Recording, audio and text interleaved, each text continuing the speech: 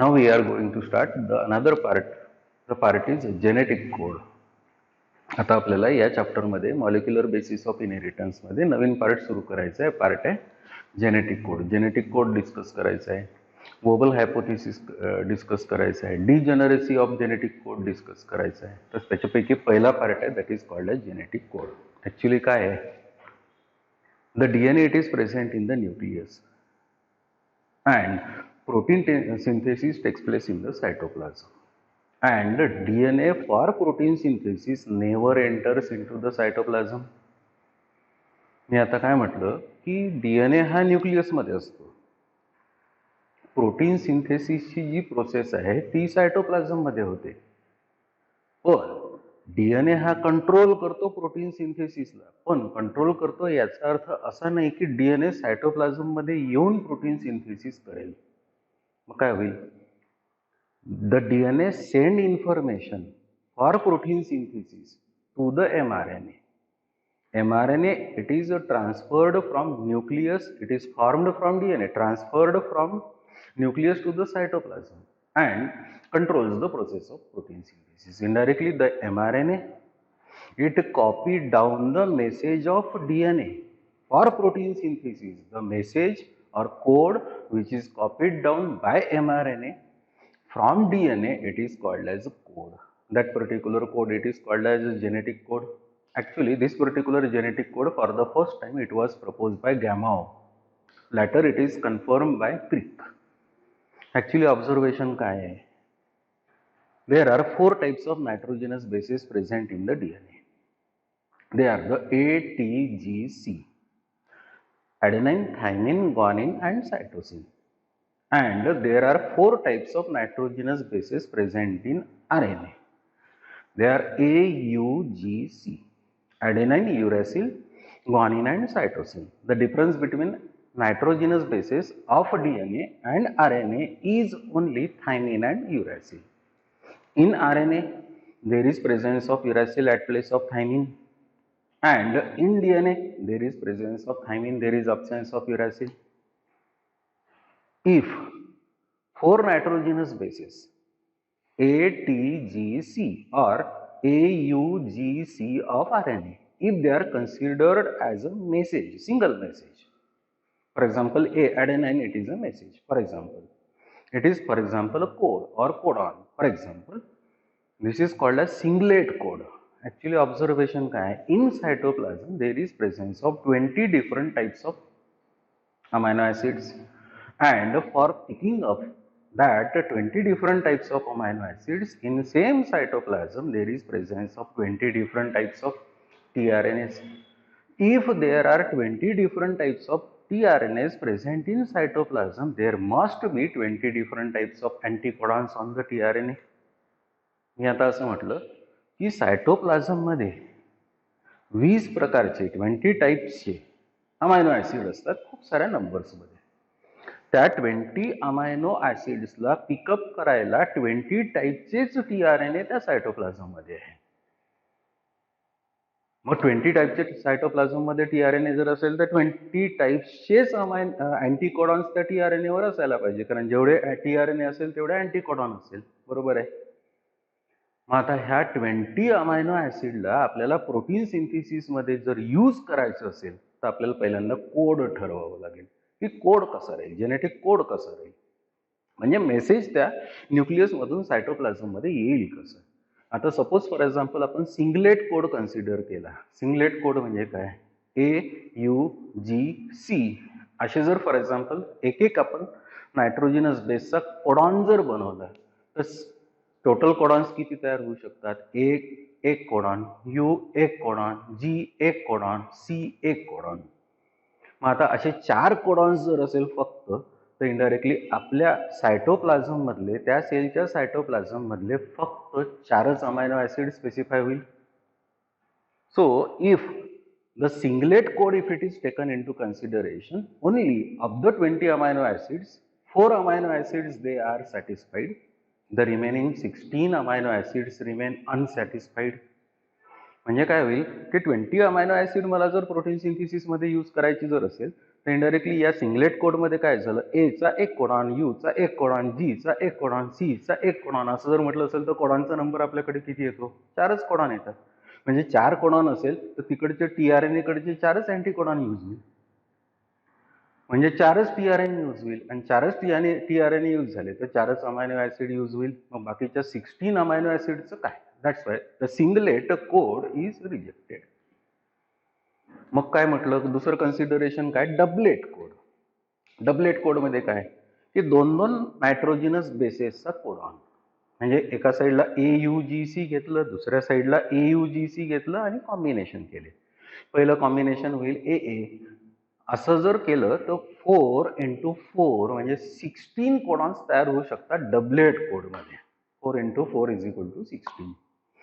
If 16 codons are there, if are considered, then these particular 16 codons, they specify the 16 amino acid of the 20 amino acid, 4 amino acids remain unsatisfied.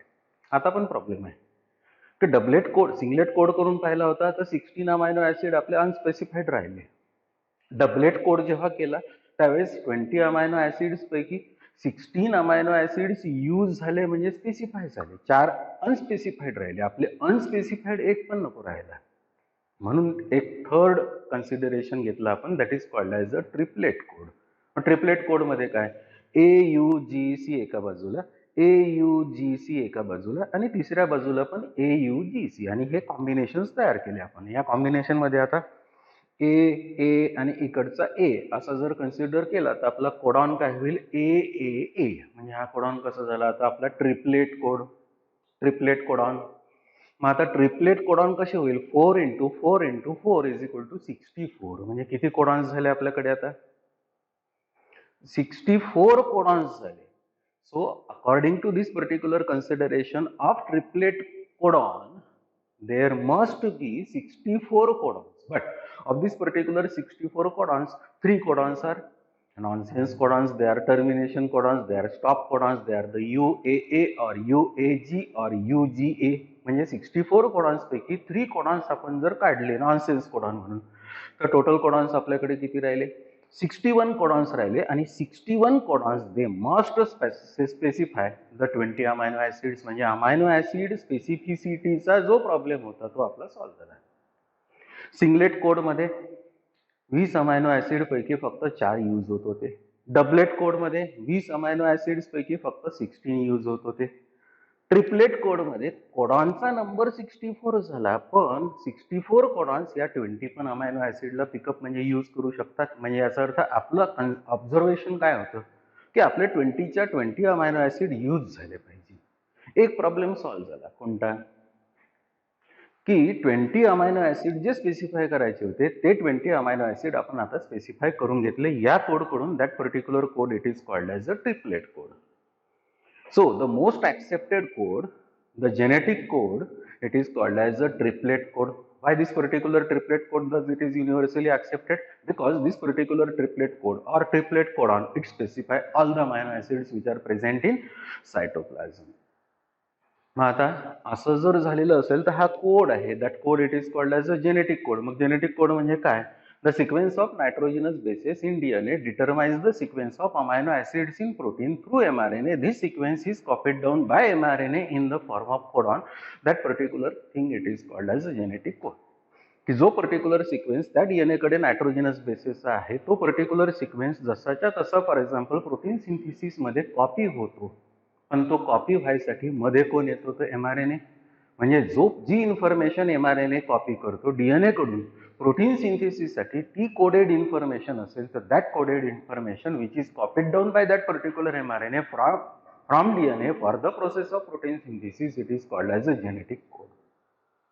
Gamow first proposed the genetic code and Crick provided the evidence of genetic code. की बा हा genetic code असेल तर indirectly सगळ्यात पहिल्यांदा कोणी propose केला असेल तर गॅमो, आणि एव्हिडन्स पहिला कोणी दिलेला असेल तर क्रिक. आता जेनेटिक कोडचे काय प्रिन्सिपल्स आहे, कॅरेक्टरिस्टिक्स आहे. Number 1, each codon is a sequence of 3 nitrogenous bases, hence it is triplet. की कोणताही कोडॉन जर असेल तर इनडायरेक्टली तो सिंगलेट नसतो, तो डबलेट नसतो, तो ट्रिपलेट असतो. So each codon it is a sequence of 3 nitrogenous bases, हा sequence of 3 nitrogenous bases, sequence of 3 nitrogenous bases, sequence of 3 nitrogenous bases, याला कोडॉन कोडॉन कोडॉन कोडॉन म्हणतो.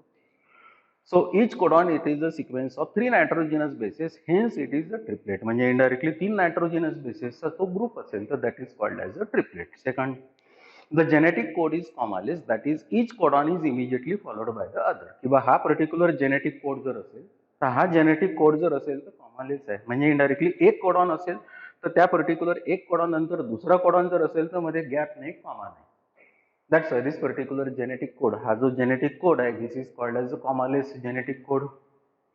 Again, it is universally same in living organisms. की या अर्थवर जेवढे काही living organisms आहेत या सगळ्या लिव्हिंग ऑर्गॅनिझम्स मध्ये हा पर्टिक्युलर कोड असेल तर युनिव्हर्सल आहे. फॉर एक्झाम्पल AUG हा इनिशिएशन कोड आहे. हा या अर्थवरच्या कुठल्याही ऑर्गॅनिझम मध्ये मिथिओनाइन नावाच्याच अमायनो ऍसिडला स्पेसिफाय करेल. फॉर एक्झाम्पल प्रोकॅरियोट जर असेल तर फॉर्मिल मिथिओनाइन नावाच्या अमायनो ऍसिडला स्पेसिफाय करेल, पण तो AUG it is specific for the specific amino acid that is called as methionine. That's why that particular code it is universal. Another, the genetic code is linearly arrange. की बा हा genetic code जर असेल म्हणजे हा codon codon codon codon codon codon codon triplet triplet triplet triplet हे सगळे linearly arranged आहे. ठीक आहे. हा इथून इथपर्यंत एक जेनेटिक कोड आपण कन्सिडर केला तर the genetic code is non overlapping. की जेनेटिक कोड जर असेल तर इंडायरेक्टली हे एक दुसऱ्यावर कोडॉन ओव्हरलॅप नाही. The genetic code must read in one direction, that is from initiation codon to the termination codon, that is from 5' to the 3' म्हणजे हा जेनेटिक कोड जर मला रीड करायचं जर असेल तर इंडायरेक्टली हा मला कंपल्सरी 5' कडून 3' कडे रीड करावं लागेल, that is from initiation codon to the termination codon. The genetic code it is fixed for an amino acid, but an amino acid can be coded by more than one codon. काय म्हटलेलं आहे, the genetic code is fix for that amino acid. म्हणजे हा particular codon जर असेल तर त्या specific amino acid साठी फिक्स असेल, पण एखादा अमायनो ऍसिड असेल तर इंडायरेक्टली तो एकापेक्षा जास्त कोडॉननी स्पेसिफाय होऊ शकतो. The genetic code is fixed for an amino acid, but an amino acid can be coded by more than one codon. एक अमायनो ऍसिड असेल तर एकापेक्षा जास्त कोडॉनने तो स्पेसिफाय होऊ शकतो, पण मोस्टली एक कोडॉन जर असेल तर त्या पर्टिक्युलर एका कोडॉनसाठी एकच अमायनो ऍसिड असेल. Genetic code has fixed polarity, that is it is always read in 5'3' direction. हे आपण इथे पण सांगितलं. The genetic code has a degeneracy. की या पर्टिक्युलर जेनेटिक कोड मध्ये काय आहे, डिजनरसी आहे. डिजनरसी म्हणजे काय, द लेसर नंबर ऑफ अँटीकोडॉन्स और laser number of amino acids they match with or they are specified with more number of codons is called as a degeneracy. ते आपण आता इथे डिटेल ऑब्झर्व करू. Next, the genetic code is a non ambiguous. म्हणजे non confusing genetic code असेल तर fix आहे. त्या पर्टिक्युलर कोडॉनसाठी तो अमायनो ऍसिड असेल म्हणजे तोच अमायनो ऍसिड असेल, दुसरा नाही. Genetic code has initiation codon and termination codon. की हा जर जेनेटिक कोड जर असेल तर या पर्टिक्युलर जेनेटिक कोड मध्ये इनिशिएशन कोडॉन असला पाहिजे आणि टर्मिनेशन कोडॉन असला पाहिजे. So these are the features of this particular genetic code.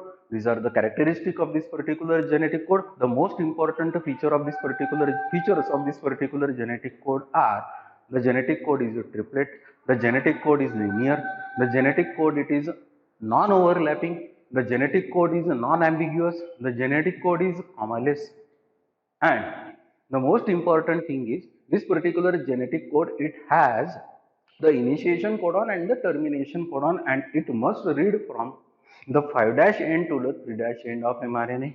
So this is called as genetic code. So what is genetic code?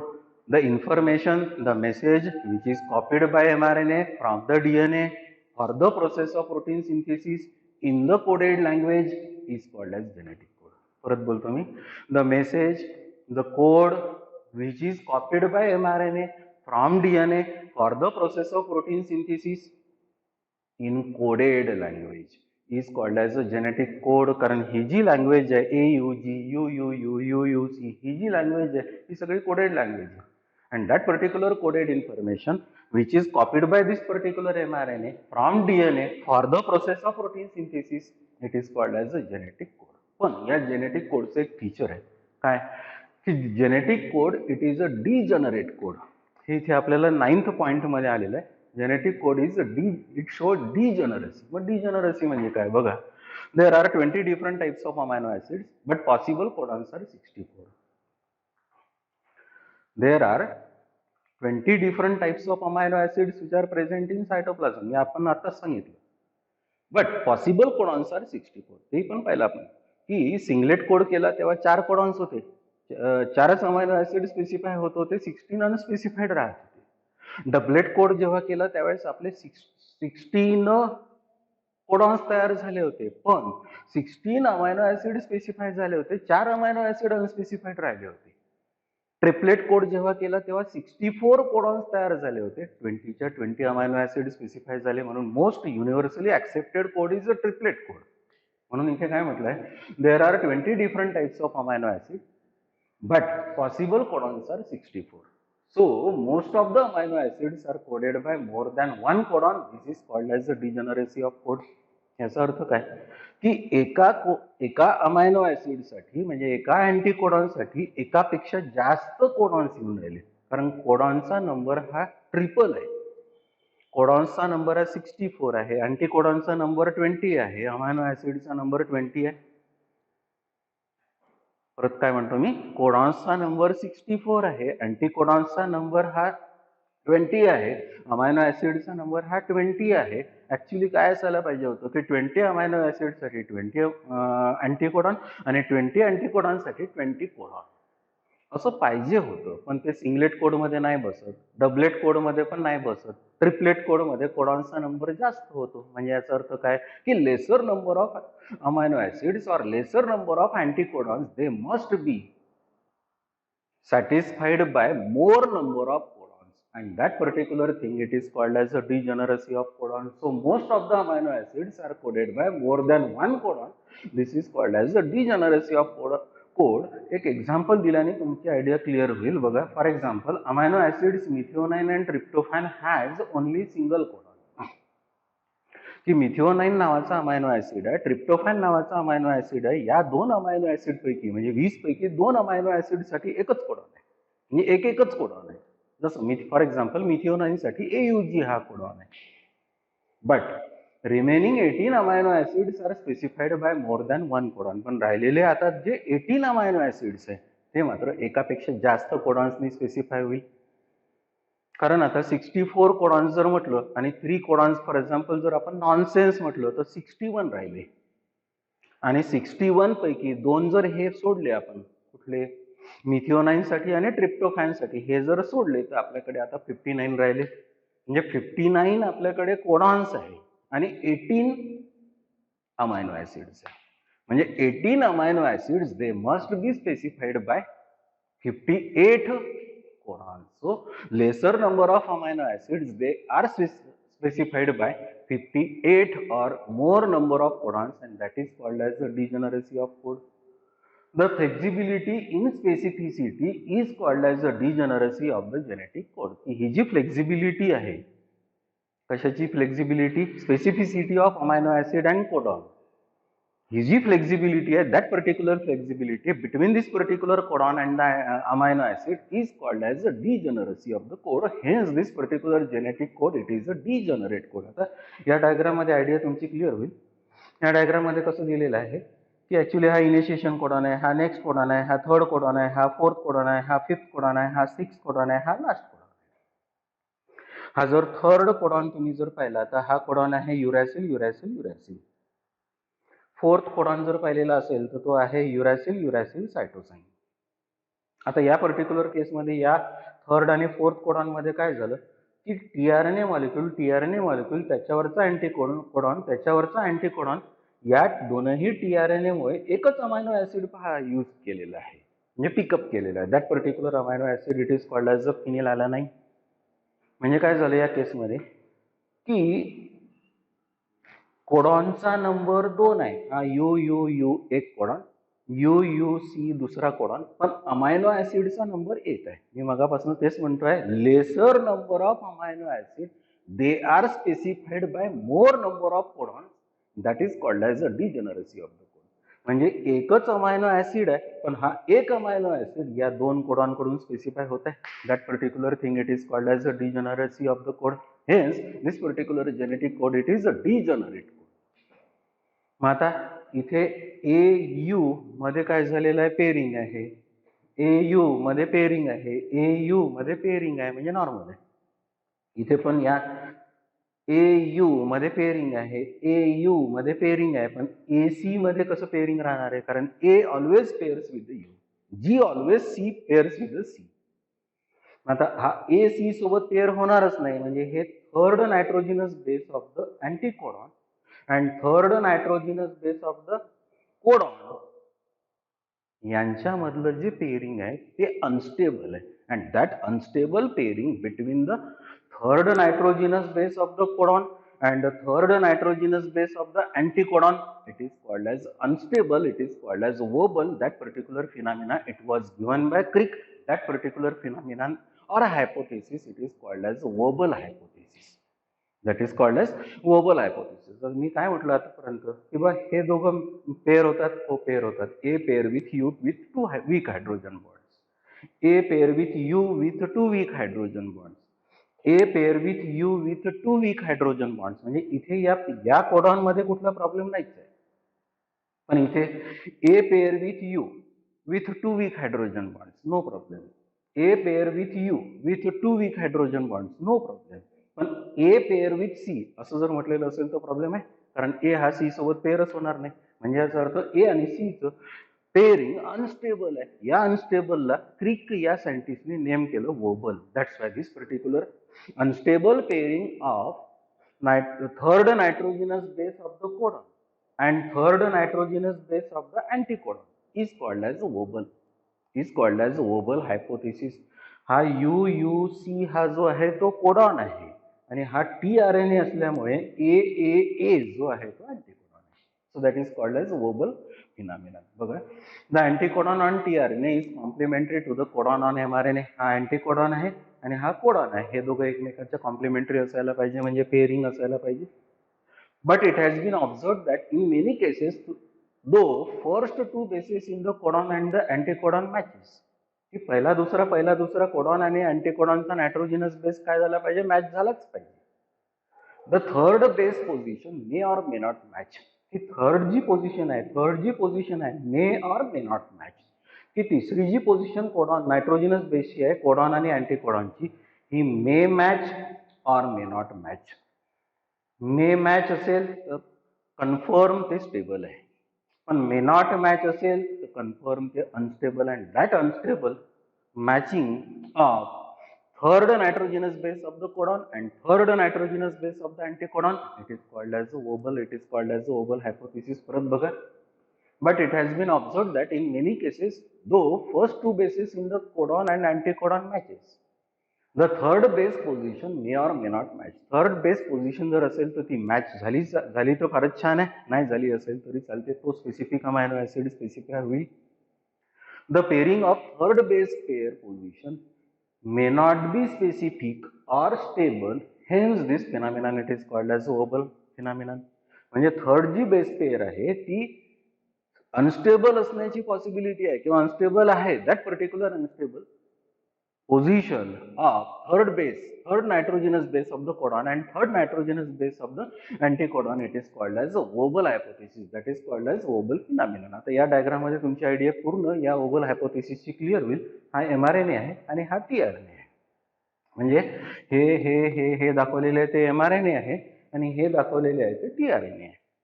इथे आपण नॉर्मल पेअरिंग दाखवलेलं आहे आणि ह्या तिन्ही ठिकाणी पहा वोबल म्हणजे अनस्टेबल पेअरिंग दाखवलेलं आहे. This concept it was propose by Crick. ठीक आहे. हा mRNA बघा, इथला कोडॉन शो केलेला आहे GUU म्हणजे guanine uracil uracil. G pair with C normal आहे, U pair with A normal आहे, U pair with A normal आहे, G pair with C with 3 hydrogen bond normal आहे, U pair with A with 2 hydrogen bond normal आहे, U pair with A with 2 hydrogen bond normal hai. That's why this particular pairing, it is normal pairing, it is a perfect pairing.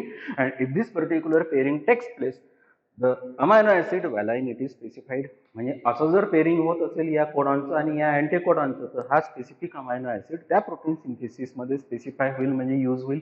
This is called as normal pairing. This is called as stable pairing. This is called as a perfect pairing. आता ह्या तिन्ही केसमध्ये बघा unstable pairing दिसेल. बघा हाच GUU जो पेरिंगसाठी आपण परफेक्ट मध्ये यूज केला तो आता इथे ऑब्झर्व करा. ऑब्झर्व करा इथे आपण कॉमन ठेवलेलं आहे अँटीकोडॉन. हा आहे CAA अँटीकोडॉन. ना CAA अँटीकोडॉन, CAA अँटीकोडॉन, CAA अँटीकोडॉन. कारण तुमचं लक्ष जर असेल तर आपल्याकडे अमायनो ऍसिडचा नंबर लेस आहे म्हणजेच अँटीकोडॉनचा नंबर पण आपल्याकडे लेस आहे. कोडॉनचा नंबर आपल्याकडे जास्त आहे. मग अशी आपण डिजेनरसी मध्ये तेच बोललो काय laser number of amino acids they are specified by more number of codons. That particular observation or thing it is called as a degeneracy. आता इथे पहा या तिन्ही एक्झाम्पल्स मध्ये अमायनो ऍसिड एकच आहे व्हॅलाइन व्हॅलाइन व्हॅलाइन. अँटीकोडॉन पण एकच आहे CAA CAA CAA. फक्त चेंज काय होत आहे बघा कोडॉन चेंज होत आहे. आता पहिला कोडॉन काय दिला GUC, दुसरा कोडॉन GUA, तिसरा कोडॉन GUG. आता या तिन्ही केसेस मध्ये ऑब्झर्व करा G pair with C with 2 hydrogen bonds normal आहे. U pair with A with 2 hydrogen bonds normal आहे. पण A pair C सोबत होणारच नाही. That's why this is called as unstable. That's why this particular pairing of third nitrogenous base of the anticodon and the third nitrogenous base of the codon it is called as wobble. Still this particular case it specifies the amino acid that is called as valine. हे असं झालं तरी पण तो amino acid fix होईलच. That amino acid it is called as valine. या केसमध्ये या तीनही नायट्रोजनस बेस कोडॉन आणि अँटीकोडॉनचं मॅचिंग झालं होतं. तो अमायनो ऍसिड फिक्स झाला होता कुठला व्हॅलाइन. म्हणजे तुमचं ऑब्झर्वेशनला एक या डायग्राम मधून लक्षात येईल काय की व्हॅलाइन व्हॅलाइन व्हॅलाइन व्हॅलाइन चारही ठिकाणी चारही एक्झाम्पल मध्ये व्हॅलाइन हाच अमायनो ऍसिड आहे पण 4 डिफरंट कोडॉन्स कडून तो स्पेसिफाय होतो. कारण आपल्याकडे कोडॉन्सचा नंबर जास्त आहे अमायनो ऍसिडचा नंबर कमी आहे. या दुसऱ्या केसमध्ये जर पाहिलं तर G pair with C normal आहे, U pair with A normal आहे पण A सोबत कसं पेअर होईल त्याच्यामुळे हे अनस्टेबल आहे याला म्हणतात वोबल. तिसऱ्या केसमध्ये G pair with C normal आहे, U pair with A normal आहे पण GA सोबत कसं पेअर होईल त्याच्यामुळे GA सोबत पेअर होत नसेल तर ते अनस्टेबल आहे. So what is wobble hypothesis? The unstable pairing of third nitrogenous base of the codon, third nitrogenous base of the codon and third nitrogenous base of the anticodon. The unstable pairing of third nitrogenous base of the codon and third nitrogenous base of the anticodon it is called as a wobble. So due to this particular wobble hypothesis, आता हा wobble hypothesis का आणला गेला क्रिकनी का पण आणला so due to this particular wobble hypothesis lesser number of amino acid का सगळ्या ठिकाणी अमायनो ऍसिड एकच आहे म्हणजे व्हॅलाइनच आहे. So due to this particular wobble hypothesis lesser number of amino acids they are specified by more number of codons. कारण कोडॉन्सचा नंबर आपल्याकडे 64 आहे अमायनो ऍसिडचा नंबर आपल्याकडे 20 आहे. हा 20 अमायनो ऍसिड आणि तिकडे कोडॉन्सही 20 असेल तर हे सरळ सरळ एका कोडॉनला एकच अमायनो ऍसिड आला असता पण आपलं ते कुठेच जमत नाही. सिंगलेट कोड मध्ये जमत नाही, डबलेट कोड मध्ये जमत नाही, ट्रिपलेट कोड मध्ये जमते पण ट्रिपलेट कोड मध्ये कोडॉन्सचा नंबर 64 येतो आणि अमायनो ऍसिडचा नंबर 20च राहतो. So laser number of amino acids they are specified with more number of codons. This is only due to the concept or hypothesis which was given by Crick. That particular hypothesis it is called as wobble hypothesis. So this is the part that is called as degeneracy of code, wobble hypothesis and the genetic code.